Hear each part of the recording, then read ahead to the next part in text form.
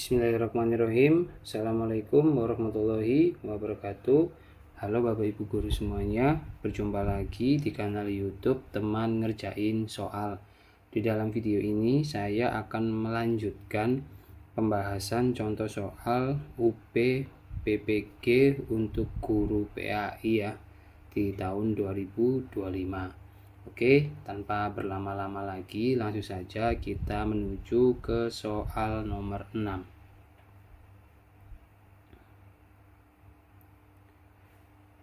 Seorang guru menemukan bahwa materi kajian tafsir yang ia sampaikan terasa kaku dan kurang relevan bagi peserta didik Gen Z. Ia berencana menggunakan pendekatan Problem Based Learning atau PBL untuk menciptakan suasana belajar yang aman dan partisipatif. Strategi manakah yang paling tepat untuk memulai pembelajaran PBL tersebut? A. Meminta siswa menghafal pengertian tafsir bi al-ra'i dan bi al-madsur. B. Menyajikan sebuah ayat Al-Quran tentang lingkungan lalu menghadapkan siswa pada masalah nyata seperti sampah di sekolah untuk dicarikan solusinya berdasarkan pemahaman ayat tersebut. C. Guru memberikan ringkasan dari berbagai kitab tafsir klasik untuk dibaca oleh siswa. D. Menugaskan siswa untuk mencari biografi para musafir terkenal di internet. Atau E. Mengadakan tes awal untuk mengukur pengetahuan siswa tentang berbagai metode tafsir.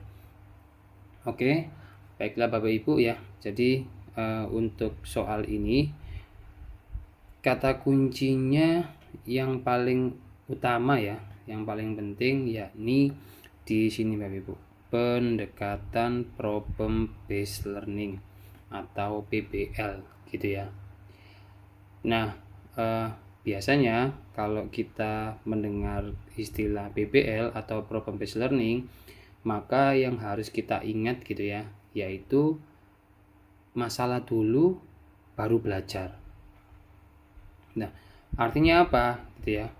Artinya adalah pembelajaran yang diawali gitu ya oleh guru, maka guru itu harus memberikan masalah gitu ya, masalah dari dunia nyata, bukan teori, bukan hafalan atau bahkan ceramah gitu. Jadi itu tadi ya, yang pertama adalah masalah gitu ya. Kalau untuk PBL ya, masalah baru kita kasih proses pembelajarannya gitu. Nah, sekarang kita lihat di opsi jawabannya ya. Meminta siswa menghafal Bapak Ibu ya. Menghafal. Menghafal di sini berarti ini adalah metode lama, bukan PBL gitu. Salah. Menyajikan sebuah ayat Al-Quran tentang lingkungan lalu menghadapkan siswa pada masalah nyata seperti sampah di sekolah untuk dicarikan solusinya berdasarkan pemahaman ayat tersebut. Nah ini itu ada masalah ya. Ini guru menyajikan masalah nyata gitu Bapak Ibu. Yaitu apa? Sampah di sekolah gitu. Kemudian guru juga mengarahkan siswa untuk mencari solusinya. Berdasarkan apa? Ini berdasarkan ayat Al-Quran tentang lingkungan gitu ya. Jadi kalau unsur masalahnya ada ya, masalahnya ada. Kemudian unsur mencari solusi juga ada. Lalu ini itu sesuai dengan apa yang saya katakan di awal tadi ya, bahwa kalau kita ngomongin PBL, Problem Based Learning, maka guru di awal pembelajaran itu memberikan sebuah masalah dan mengarahkan siswa-siswinya untuk belajar mencari solusinya. Di opsi B ini itu memenuhi syarat gitu Bapak Ibu ya. Jadi kalau saya pribadi mengatakan ini jawabannya yang B gitu. Karena sudah memenuhi apa yang secara sederhananya tadi ya, masalah baru proses belajar itu. Nah, kalau yang C, guru memberikan ringkasan ini, ringkasan. Artinya guru ya ceramah gitu ya. Di sini guru itu ceramah karena ya kan memberikan ringkasan gitu loh. Jadi yang aktif siapa? Ya gurunya, bukan siswanya. Jadi ini tidak memenuhi unsur PBL gitu. Salah.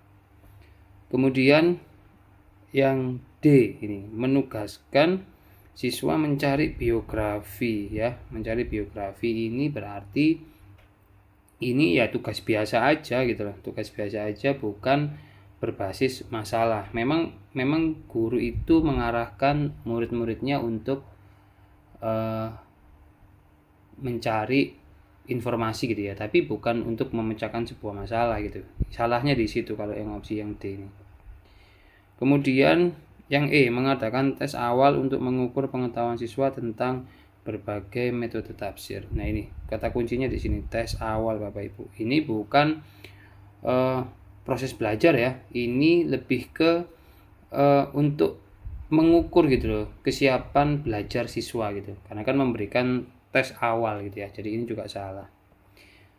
Jadi sederhananya Bapak Ibu sekali lagi ingin mengingatkan, ketika Bapak Ibu mendapatkan soal model-model yang ada kaitannya dengan PBL gitu ya, maka Bapak Ibu langsung saja cari jawaban yang intinya guru itu menyajikan sebuah masalah konkret di awal pembelajaran gitu ya. Kemudian barulah nanti inti pembelajarannya siswa diminta untuk belajar menemukan solusi dari masalah yang sudah diberikan di awal pembelajaran tadi. Kurang lebih seperti itu Bapak Ibu untuk untuk soal nomor 6 ini. Sekarang kita lanjut ke soal nomor 7. Penyampaian materi pembentukan akhlak karimah seringkali dianggap monoton dan kurang menyentuh realitas keseharian siswa. Untuk menciptakan suasana belajar yang adaptif, seorang guru ingin menerapkan model pembelajaran berbasis TPEC. Manakah penerapan yang paling mencerminkan tujuan tersebut? A. Guru menjelaskan tentang pentingnya sifat jujur melalui metode ceramah. B. Menugaskan siswa untuk mencari contoh perilaku amanah melalui studi literatur di perpustakaan. C. Siswa diminta membuat sebuah film pendek atau konten TikTok yang mengkampanyekan nilai-nilai kejujuran dalam konteks kehidupan remaja, misalnya saat ujian online atau dalam pergaulan. D. Memberikan daftar hadis tentang akhlak mulia untuk dihafalkan siswa selama 1 semester. Atau E. Mengadakan drama atau sosiodrama tentang perilaku hormat kepada orang tua di depan kelas. Nah Bapak Ibu, untuk pertanyaan nomor 7 ini kita fokus dulu di soalnya gitu ya. Di soalnya ini kata kunci utamanya ada pada ini, penerapan model pembelajaran berbasis TPEC ini ya. Gitu, model pembelajaran berbasis TPEC. Apa itu TPEC? Di video sebelumnya sudah saya informasikan ya, sederhananya TPEC itu adalah model pembelajaran ya, model pembelajaran yang menggabungkan 3 hal utama, yaitu T ya. T yang pertama ini adalah teknologi, kemudian P-nya ini pedagogi gitu ya. Kalau yang teknologinya itu berkaitan dengan penggunaan teknologi, contohnya misalkan proses pembelajaran menggunakan handphone, menggunakan internet gitu ya, atau menggunakan aplikasi gitu. Itu kalau yang contoh sederhana dari teknologi di TPEC ini. Kemudian kalau pedagogi itu berkaitan dengan cara mengajarnya Bapak Ibu ya.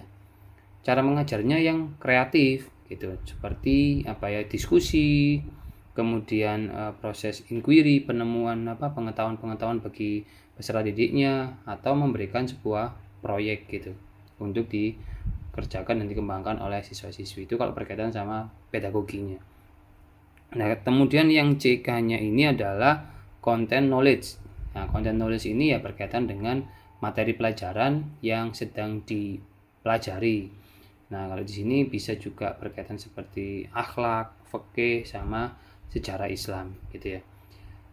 Jadi, kalau untuk menjawab pertanyaan yang menggunakan kata kunci TIPEK ini, model pembelajaran berbasis TIPEK, maka saran saya cari aja pilihan yang paling lengkap yang memadukan 3 unsur tadi Bapak Ibu ya.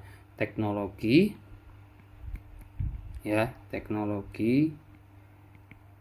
pedagogi, dan materi pelajarannya. Harus menggabungkan 3 hal ini Bapak Ibu. Nah, yang mana? Nah, kita lihat di opsinya. Guru menjelaskan tentang pentingnya jujur melalui metode ceramah. Ya, ini metode ceramah di opsi A. Ini ya cuma ada materinya aja gitu ya. Unsur materi pelajarannya terpenuhi gitu. Kemudian dari unsur cara mengajarnya ya ceramah gitu ya. Metode ceramah, metode belajarnya ceramah. Yang tidak ada apa? Yaitu penggunaan teknologinya. Jadi ini salah. Kemudian menugaskan siswa untuk yang B ya, mencari contoh perilaku amanah melalui studi literatur di perpustakaan. Nah, ini ada kata-kata studi literatur ya. Berarti ini adalah cara mengajarnya di pedagoginya terpenuhi. Kemudian berkaitan mencari perilaku amanah, ini materinya ini ya, perilaku amanah. Ini materinya terpenuhi, tapi tidak ada unsur teknologinya, jadi ini juga salah Bapak Ibu. Ya, kemudian kalau yang C di sini diminta untuk membuat Trimon sih Win. Iya sih aku gayaan sih. Dia jadi yang C yaitu membuat film pendek atau konten TikTok. Materinya ada yaitu ini Bapak Ibu, nilai-nilai kejujuran. Ini adalah materinya gitu ya. Jadi unsurnya yang materi pembelajarannya terpenuhi. Kemudian cara mengajarnya apakah kreatif? Iya. Kenapa? Karena di sini ada diminta untuk membuat proyek gitu ya. Membuat proyeknya tentang apa? Ini film pendek atau konten TikTok. Ini adalah proyek gitu ya. Project pembelajaran tugasnya itu. Kemudian teknologinya apa? Ada dong pastinya, karena untuk membuat film pendek, membuat konten di TikTok itu kan anak-anak butuh aplikasi, butuh smartphone. Jadi penggunaan teknologinya juga ada. Jadi 3 hal tadi dari teknologi, pedagogi sama materi pembelajarannya itu terpenuhi gitu ya. Jadi jawaban yang tepat yang ini, yang C. Kalau yang D itu kan menghafal hadis ya ini ya. Untuk dihafalkan nih Bapak Ibu. Untuk dihafalkan berarti kita meminta anak-anak untuk menghafal gitu kan, menghafal hadis. Berarti ya intinya cuman kalau materinya ada ya ini hadis, ini materinya. Kemudian kalau untuk cara mengajarnya gimana ya ini? Anak-anak diminta untuk menghafalkan. Ini juga materi. Ini cara mengajar. Tapi di sini yang kurang dari opsi D ini adalah teknologi. Jadi ini salah. Yang E, drama atau sosiodrama gitu ya. Ini adalah cara mengajarnya gitu ya. Cara mengajarnya menggunakan pendekatan diskusi dan juga nanti ada bermain peran gitu, drama di sini. Ini cara mengajarnya ada. Kemudian kalau untuk materinya ya ini perilaku hormat kepada orang tua. Tapi yang salah sekali lagi tidak ada teknologinya Bapak Ibu. Gitu ya. Jadi untuk yang nomor 7 ini jawaban yang tepat adalah opsi yang C.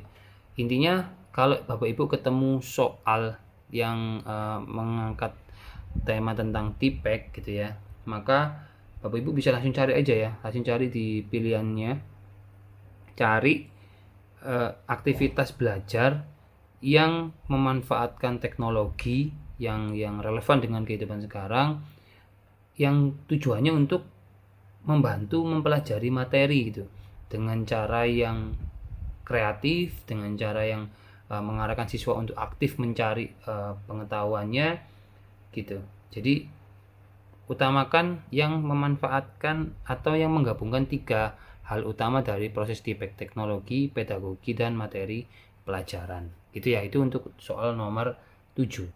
Sekarang kita lanjut ke soal nomor 8.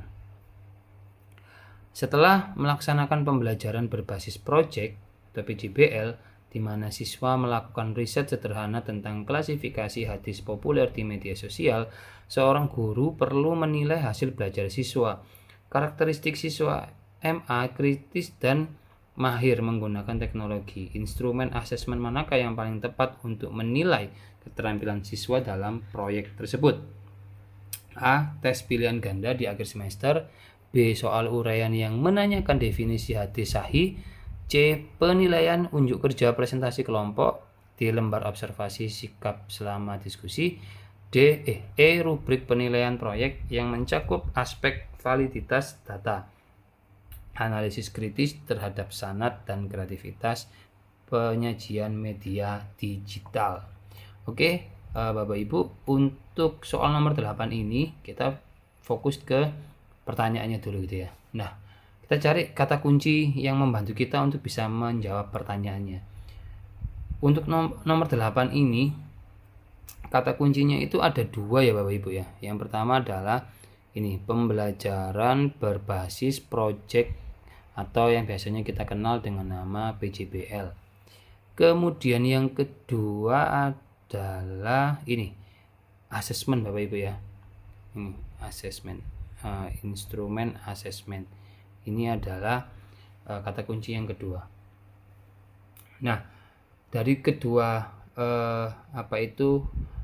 kata kunci ini sebenarnya prinsip untuk menjawab pertanyaan nomor 8 ini sederhana sekali gitu ya. Yaitu karena ini ada 2 hal, ada pembelajaran berbasis proyek dan instrumen asesmen. Artinya bentuk penilaian atau asesmen gitu ya. Bentuk penilaian itu.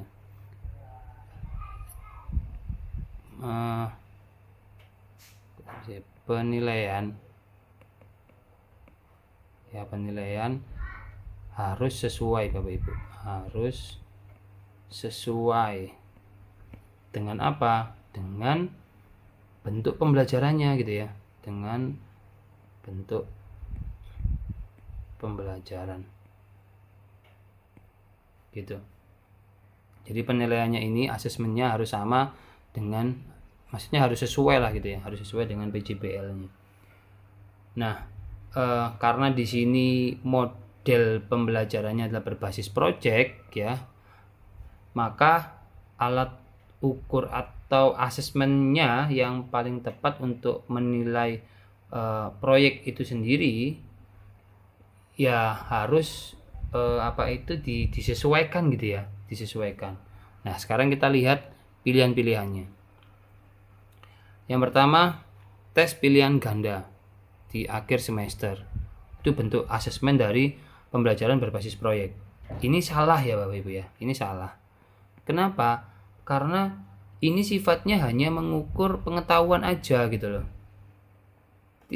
Tidak mengukur keterampilan. Padahal di dalam yang namanya mengerjakan proyek itu kan anak-anak butuh keterampilan gitu, tidak hanya pengetahuan gitu loh. Jadi jelas ini salah. Yang A. Kemudian yang B, soal uraian untuk yang menanyakan definisi hadis sahih. Ini juga salah gitu ya. Ini sama seperti A, hanya mengukur pengetahuan teorinya aja gitu. Jadi ini salah. Kemudian C, penilaian unjuk kerja presentasi kelompok. Nah, kalau ini sebenarnya bagus gitu ya, karena ada unjuk kerja presentasi kelompok gitu. Tapi ini tuh hanya menilai cara siswa dalam menyampaikan hasil proyeknya gitu loh.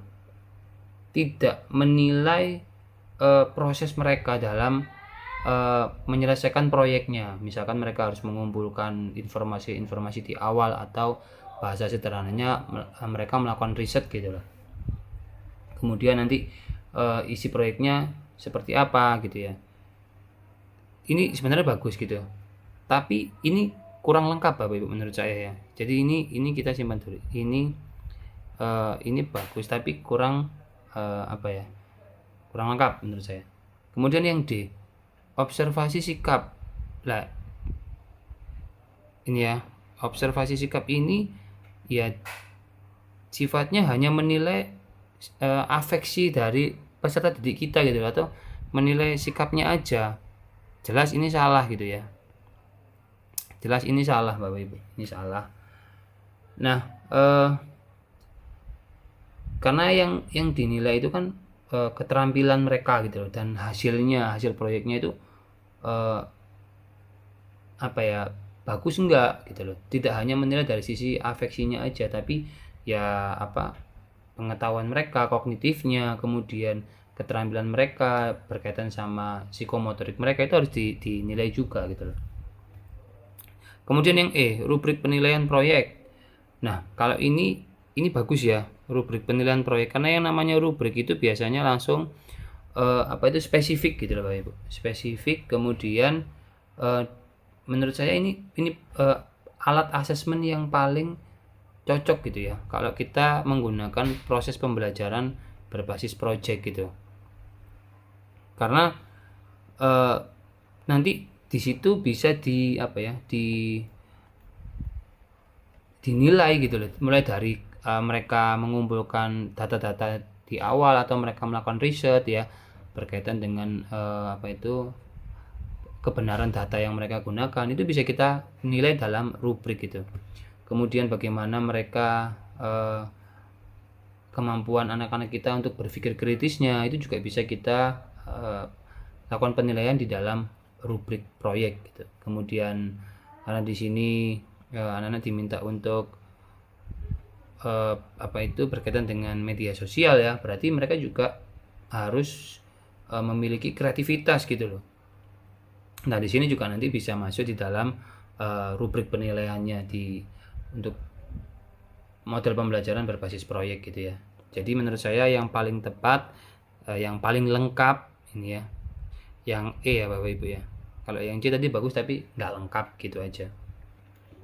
Jadi sederhananya Bapak Ibu yang ingin saya sampaikan, jika Bapak Ibu menemukan soal yang menggunakan model-model ini atau menggunakan model-model pembelajaran berbasis project atau PJBL, maka langsung aja cari jawaban asesmen yang paling sesuai gitu. Karena seperti yang saya katakan tadi, penilaiannya atau asesmennya itu harus sesuai Bapak Ibu dengan bentuk pembelajarannya.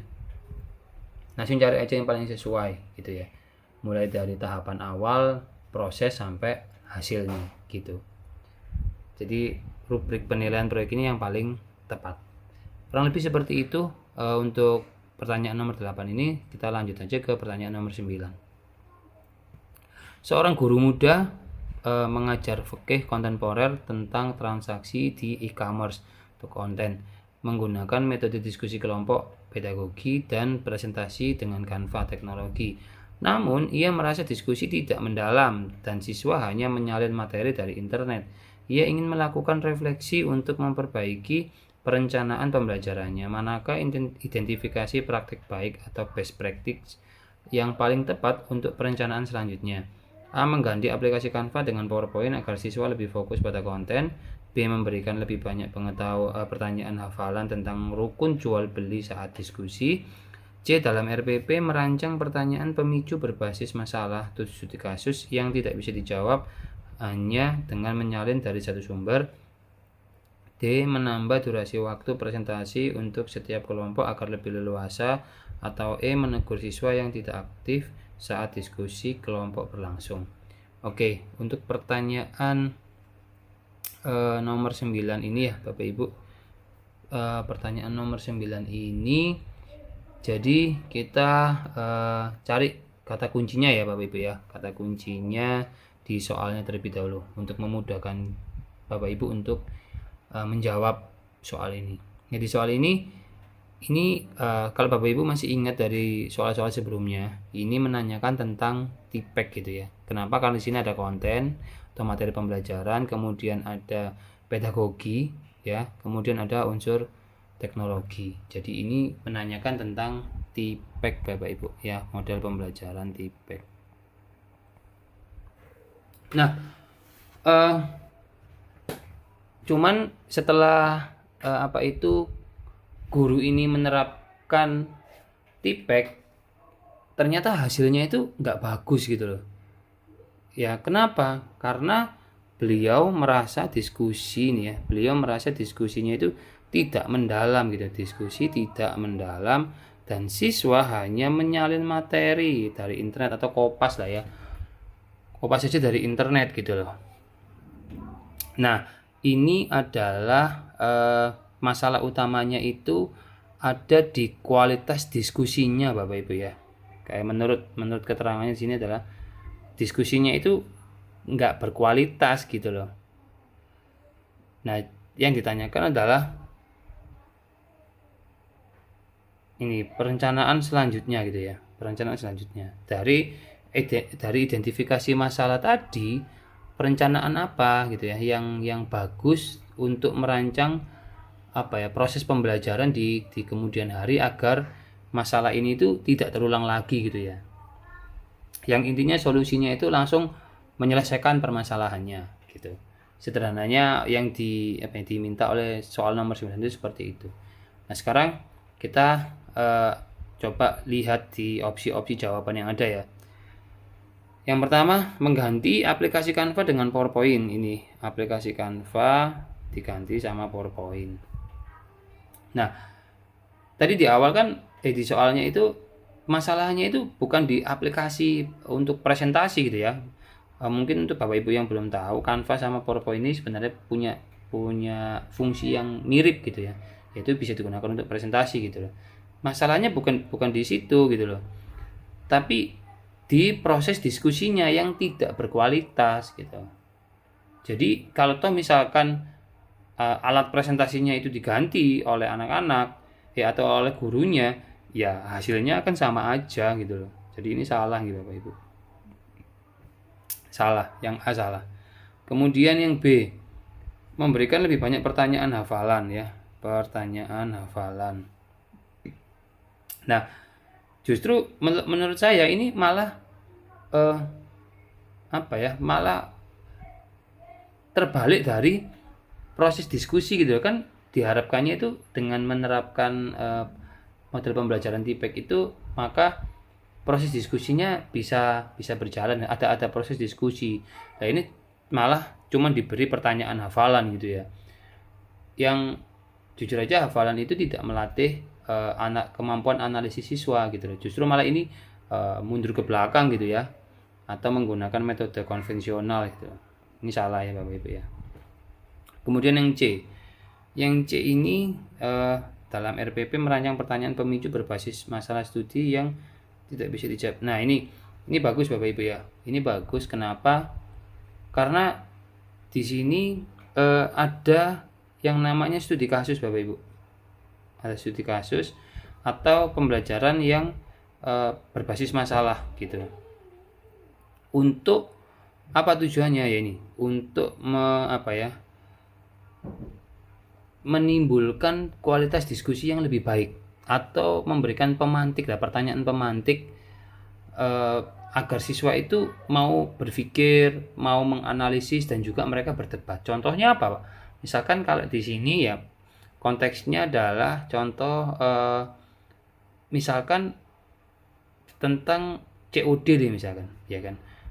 Bisa guru itu memberikan pertanyaan bagaimana hukum COD-nya jika barang yang diterima atau barang yang dibeli itu nggak sesuai gitu loh. Itu bisa menjadi sebuah pemicu diskusi yang berkualitas gitu ya. Kenapa? Karena pertanyaan semacam ini tuh jawabannya itu nggak bisa langsung didapatkan di Google gitu loh. Anak-anak kita, siswa-siswi kita itu harus membaca banyak sumber gitu ya.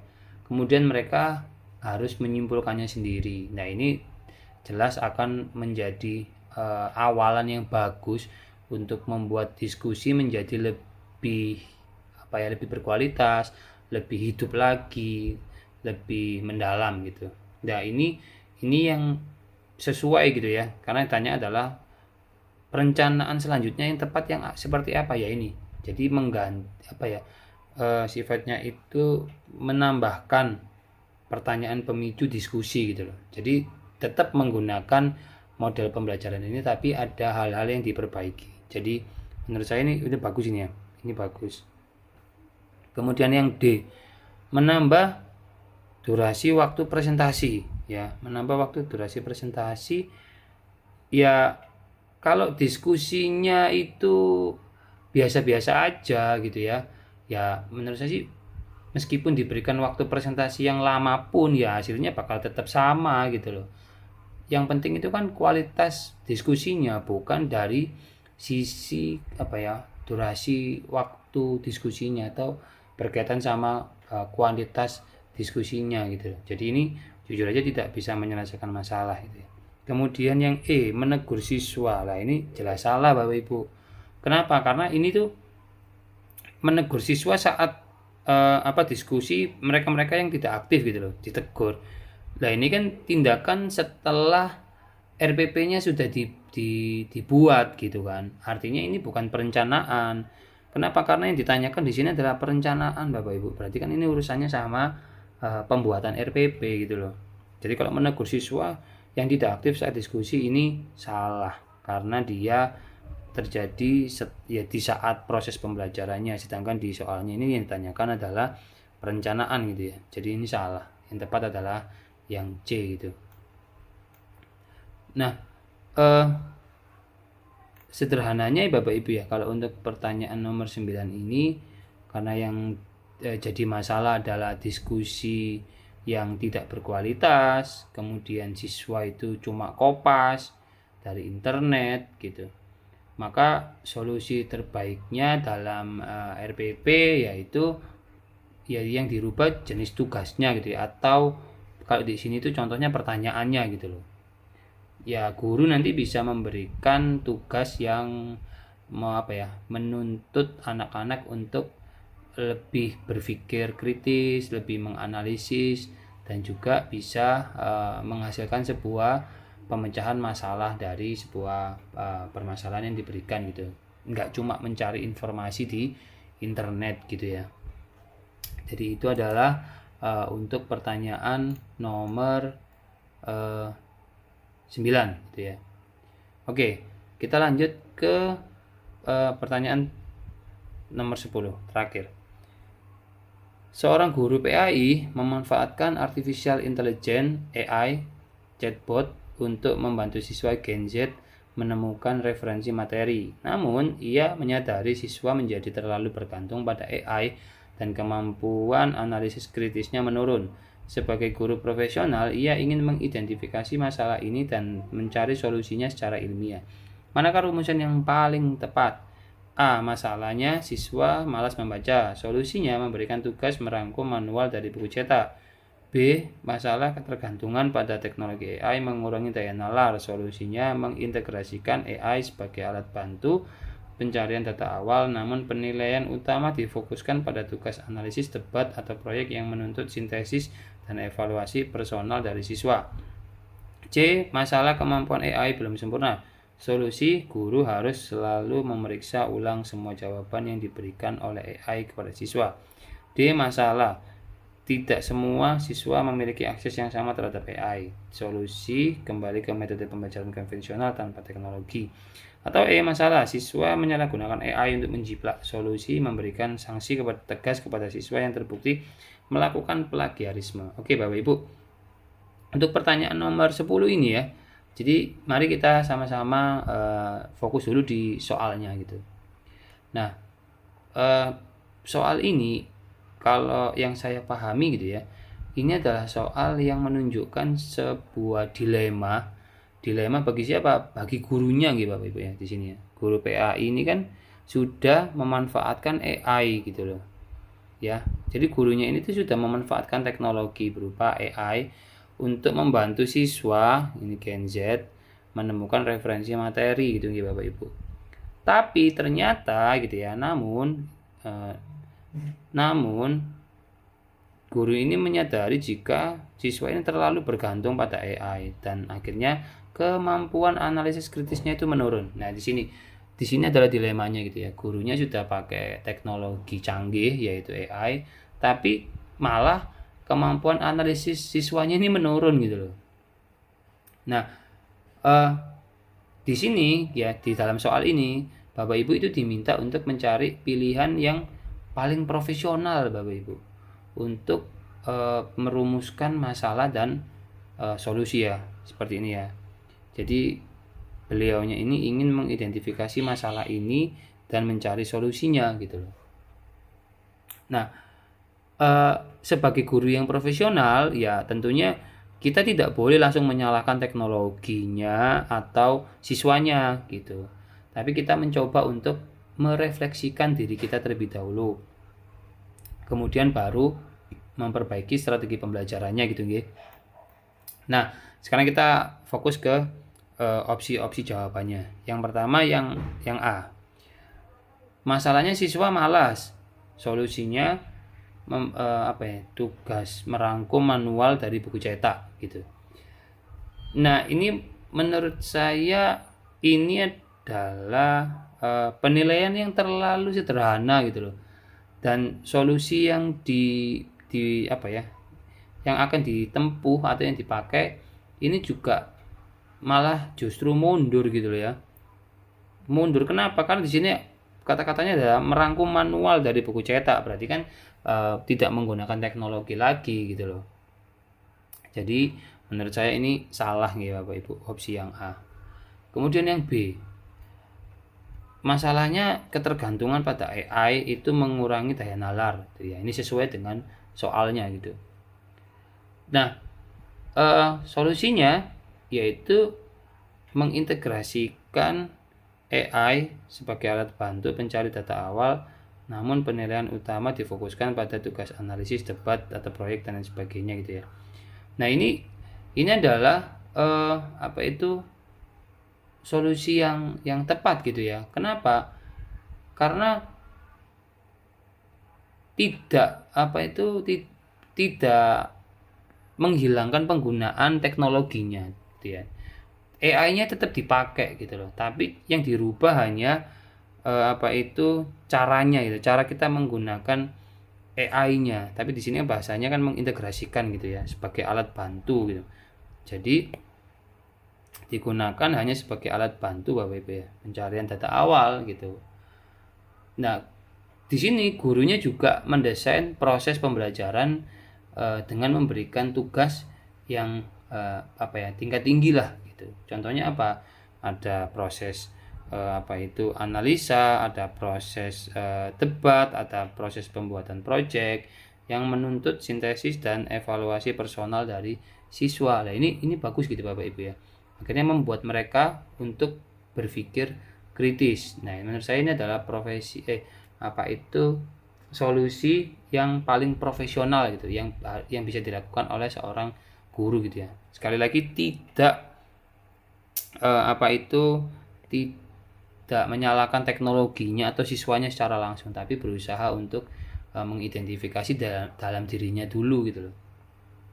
Kemudian yang C, kemampuan AI belum sempurna. Solusinya guru harus memeriksa ulang semua jawaban yang diberikan oleh AI kepada siswa. Nah, kalau ini menurut saya fokusnya yang salah ya. Kenapa? Karena ini itu gurunya itu menyalahkan AI gitu loh. Ya, menyalahkan AI. Di sini dikatakan bahwa kemampuan AI itu belum sempurna gitu loh. Jadi kan ini menyalahkan teknologinya gitu. Solusinya apa? Guru memeriksa ulang semua jawaban gitu. Nah, ini justru malah menambah beban kita sebagai guru gitu ya. Kenapa? Karena ya akhirnya kita harus mengkoreksi satu persatu gitu loh. Dan malah ini saya rasa tidak memberdayakan siswa-siswi kita untuk bisa meningkatkan kemampuan mereka gitu. Jadi ini salah gitu Bapak Ibu, ini salah. Kemudian yang D. Yang D masalahnya tidak semua siswa punya akses.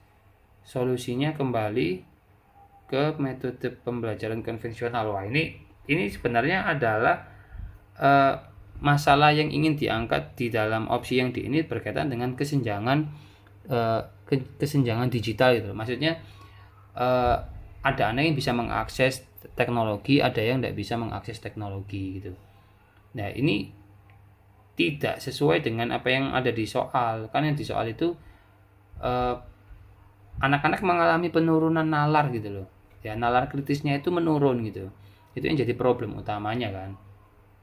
Nah, terus kemudian solusinya di sini juga kembali ke pembelajaran konvensional, jelas salah ini ya. Ini jelas salah.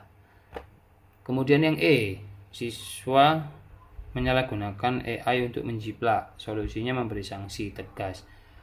Nah, kalau ini bukan masalah utamanya gitu loh. Ya kan di sini menyalahgunakan AI. Padahal di soal yang jadi permasalahan adalah menurunnya nalar siswa gitu. Jadi ini menurut saya ini juga salah gitu ya. Kenapa salah? Karena ini memberikan sanksi itu lebih ke sikap reaktif gitu loh Bapak Ibu ya, sikap reaktif dari guru karena siswa-siswinya itu melakukan hal-hal yang mungkin tidak sesuai dengan apa yang dikehendaki atau diharapkan oleh gurunya gitu. Jadi ini salah ya. Jadi sekali lagi jawaban yang tepat adalah opsi yang B Bapak Ibu. Nah, secara sederhananya gitu ya. Jadi intinya guru yang profesional gitu ya. Kalau kita ambil hikmah dari pertanyaan nomor 10 ini, guru yang profesional itu di era-era sekarang ini, di era digital, adalah guru yang tidak boleh anti teknologi gitu. Tapi kita diminta untuk bijak dalam menggunakannya gitu. Jadi solusi terbaik untuk soal ini adalah ya kita nggak boleh melarang penggunaan AI dari anak-anak kita gitu ya. Tapi kita harus merancang sebuah tugas yang membuat AI itu sebagai asisten mereka gitu, asisten mereka dalam menyempurnakan tugas mereka, tetapi tidak menggantikan mereka gitu ya. Nah, sedangkan daya nalar kritis mereka itu adalah komponen utamanya gitu loh, gitu ya. Jadi itu yang gambaran daripada soal nomor 10 ini. Mana yang paling tepat ya itu tadi, yang opsi yang B. Oke Bapak Ibu, itu yang bisa saya sampaikan ya terkait lanjutan dari pembahasan contoh soal tes UPPPG untuk guru-guru PAI. Semoga Bapak Ibu mendapatkan manfaat dari apa yang saya sampaikan, dan saya mohon maaf jika ada salah-salah kata, baik itu dari penggunaan kata maupun dalam penyampaiannya. Semoga Bapak Ibu dimudahkan dan diberikan hasil yang sebaik-baiknya di UPPPG untuk guru PAI tahun 2025. Terima kasih telah menonton video ini hingga akhir Bapak Ibu. Sampai jumpa di video-video berikutnya. Akhir kata, wassalamualaikum warahmatullahi wabarakatuh. Dadah.